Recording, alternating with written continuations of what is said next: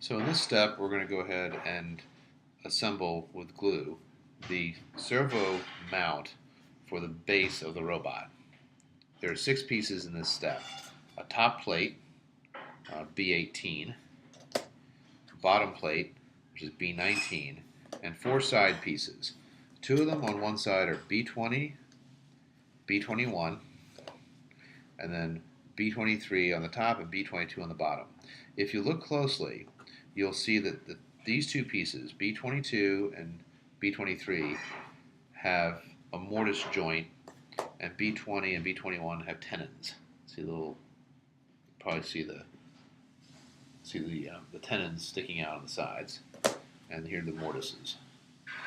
Now that's important because you need to orient the top and bottom plates so that the short side goes where the mortise joints will be, and the long sides are going to be where the tenons are. So test fit everything before you actually glue. I'll go ahead and do the assembly now. I'm going to assemble the bottom ring first, 4 sides and the bottom, and then we'll scooch it out a little bit to slip the top one, and then glue it down.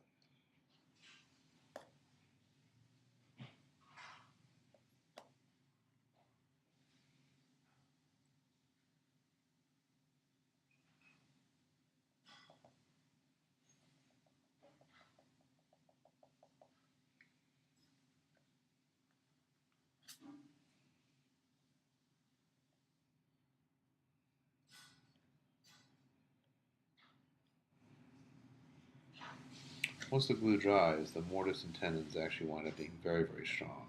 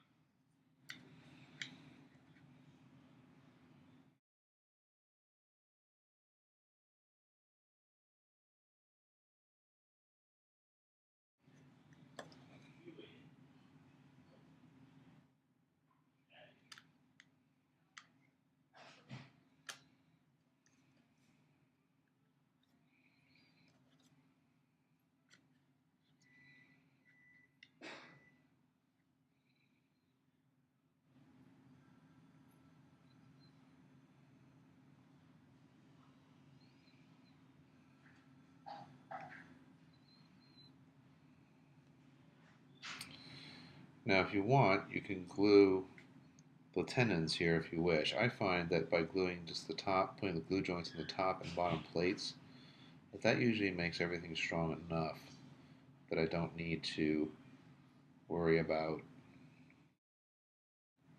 doing the tenons as well. Now this is going to be a tight fit. It makes sense to hold from inside the servo hole to get access to everything.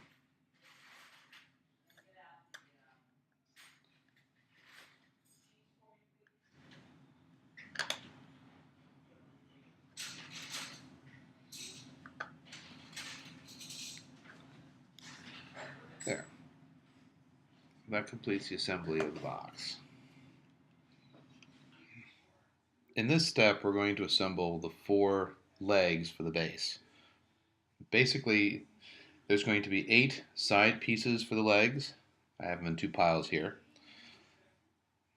4 of these tall vertical supports and 4 of these shorter vertical supports.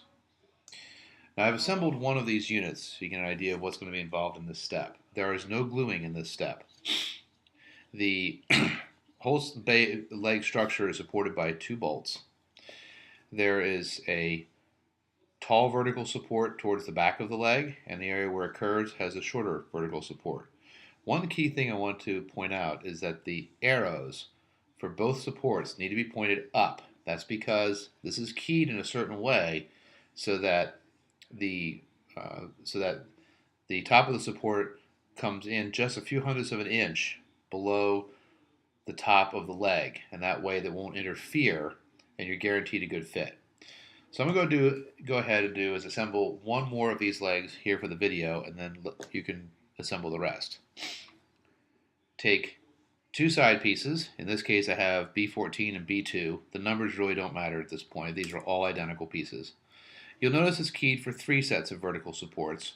Turns out I only need 2, so we're only going to need 2 for this step.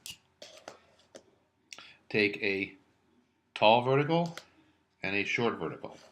Short vertical goes into the front set of holes nearest the round curve. Get this out here so you can see it a little better. And the tall one goes in the back. Take the other plate, put them together. I'm going to tilt this thing forward. See how the arrows are both pointed up. Take 2 bolts. I recommend putting the bolt holes in nearest the supports so that way when you tighten these down you don't run a risk of bending the middle of the leg if you put the bolt in here.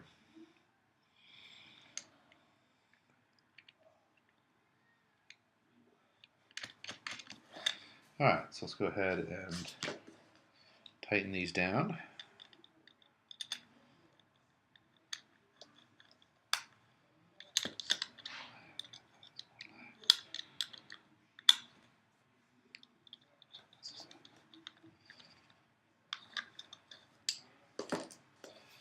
And that completes the assembly of a leg. Okay, in this step we're going to now assemble the legs to the base. This is the base piece. I would recommend that you, by rubbing your finger, find out which side has actually been etched and put that face down. Now each leg is designed to have 2 pins and a little overhang so that the leg will perfectly mount into the base. Well, this is a gluing step, so we'll go ahead and glue all 4. The tabs are set up so that they'll stop just short of the other side of the base plate. So that way you can actually leave the base plate flat, put 4 pieces down, glue them, and you're done.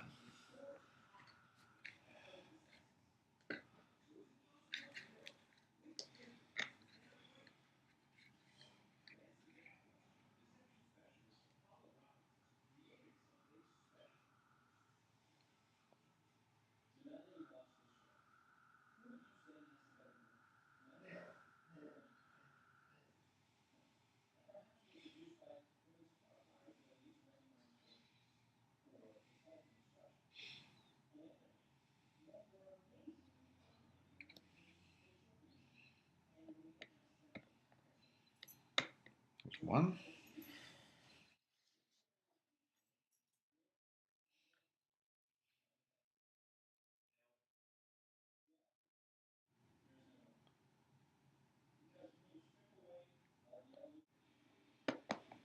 2.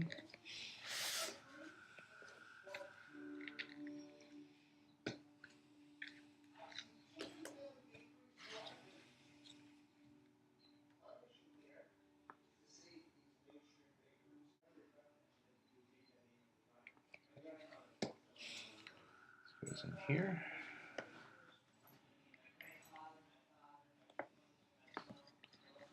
That's 3. Last one.